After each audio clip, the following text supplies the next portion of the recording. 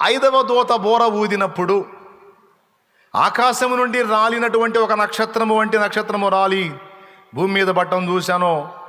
అగాధము తెరవబడి అందులో నుండి తేళ్ల వంటి జీవులు, మిడతల వంటి జీవులు బయటికి వచ్చాయి అన్నాడు. ప్రకటన గ్రంథం 9వ అధ్యాయము 5వ వచనం.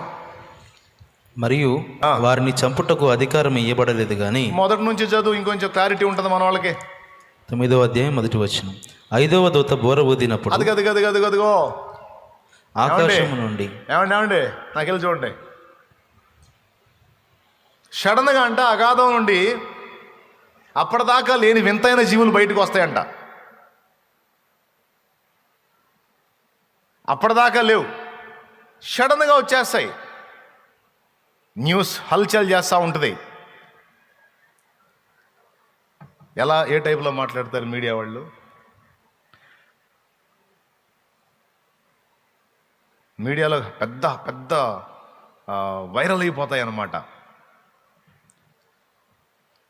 రాష్ట్రాన్ని కుదిపేస్తున్న వింత జీవులు టాంటడాంట ఎక్కడి నుంచి వచ్చాయో అంతు చిక్కట్లేదు. శాస్త్రవేత్తలకు అర్థం కాక తలగొక్కుంటున్న శాస్త్రవేత్తలు టంటడాంట భయంకర రూపాలు కలిగి, ఇలాంటి ఆకారాలు కలిగి మనుషుల్ని బాధ పెడుతున్నటువంటి వింత జీవుల రాక. ఫలానా ఊర్లో స్టార్ట్ అయింది, ఫలానా టౌన్లో స్టార్ట్ అయింది, ఫలానా విలేజ్లో స్టార్ట్ అయింది, ఫలానా దేశంలో స్టార్ట్ అయింది. కరోనా వైరస్ గురించి ఎలా చెప్పారు? కంటికి కనబడకుండానే కార్చిచ్చులా వ్యాపించి అనేక మందిని అంతం చేస్తున్న భయంకరమైన వైరస్. చైనాలో పుట్టి ప్రపంచం మొత్తాన్ని ముంచెత్తుతున్న వైరస్ అని బాగా మోగించారు కదా. ఐదవ దూత బూరం ఊదినప్పుడు ఏం జరిగిద్దో, భూమి మీద జరిగే సంభవాలను బట్టి అక్కడ ఏ బూర ఊదబడిందో చెప్పొచ్చు మనం. ఈ తేళ్ల వంటి జీవులు, మిడతల వంటి జీవులు ఎట్లా ఉన్నాయి? యుద్ధానికి సిద్ధపరచబడిన గుర్రం అంత హైట్ ఉంటాయంట. వాటి తోకలకేమో తేళ్లకున్న కొండు లాంటి కొండ్లు ఉంటాయంట. కొండితో తేలేం చేసిద్ది? కుట్టిద్ది. కొండ్లు ఉంటాయంట.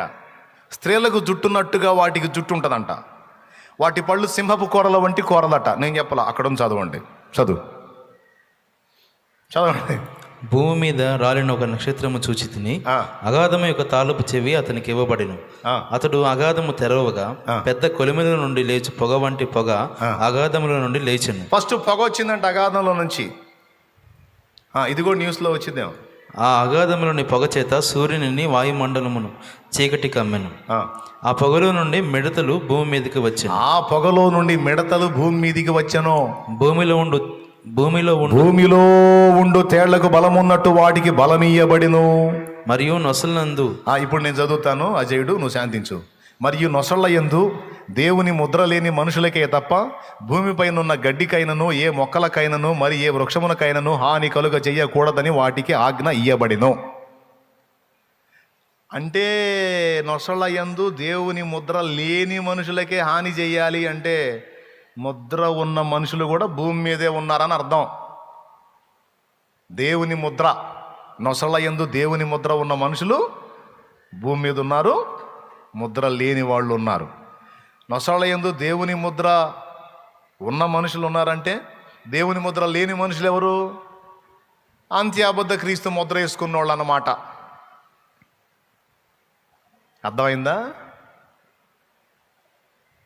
వాడిని ఒప్పుకోకుండా దేవుని యందు భయభక్తులు నిలిపి నజరేయుడగు యేసే క్రీస్తును ఒప్పుకున్న వాడికి పరిశుద్ధాత్మ అనుగ్రహించే ముద్ర. పరిశుద్ధాత్మ మనకు ముద్రగా ఉన్నాడు. ఆత్మను సంచకరు ఉన్నాడు మనకి. సడన్గా ఈ తేళ్లు లాంటి ఈ మిడతల లాంటి జీవులు బయటకు వస్తాయంట. వాటి ఆకారం చదువుతాడు చూడండి. మరియు వారిని చంపుటకు అధికారం ఇవ్వబడలేదు కానీ 5 నెలల వరకు బాధించుటకు వాటికి అధికారం ఇవ్వబడిను.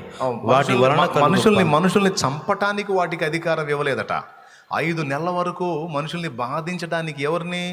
దేవుని ముద్ర లేని మనుషుల్ని బాధించడానికి అధికారం ఇవ్వబడిందంట. వాటి వలన కలుగు బాధ తేలు మనిషిని కుట్టినప్పుడుండు బాధ వలి ఉండును. హలో, ఈ నిజంగా వస్తాయి. నేను సినిమా చెప్పట్లా, కహాని అంటే కథ అంతకన్నా కాదు. This is real story. నిజంగా జరగబోతున్న వాస్తవం ఇది. ఇప్పుడు ఒకవేళ నమ్మకపోయింది, రేపు అవి వచ్చి కుట్టినప్పుడన్నా నమ్ముతారు. అది వాటి గెటప్పు. అదిగో తోక చూడండి, తేలు కొండి లాంటి ఆకారం. అదిగో జుట్టు, స్త్రీలకు ఉన్న జుట్టు లాంటి జుట్టు. అదిగో సింహపు కూరల వంటి కూరలు. అది టోటల్గా ప్రకటనలో చెప్పినటువంటి ఆకారాన్ని ఒక పిక్చర్గా గీస్తే అలాంటి షేప్ వచ్చింది. బాగా చూడండి. వాటి సైజు కూడా ఎంత సైజు అంటే చూడు, చదువు.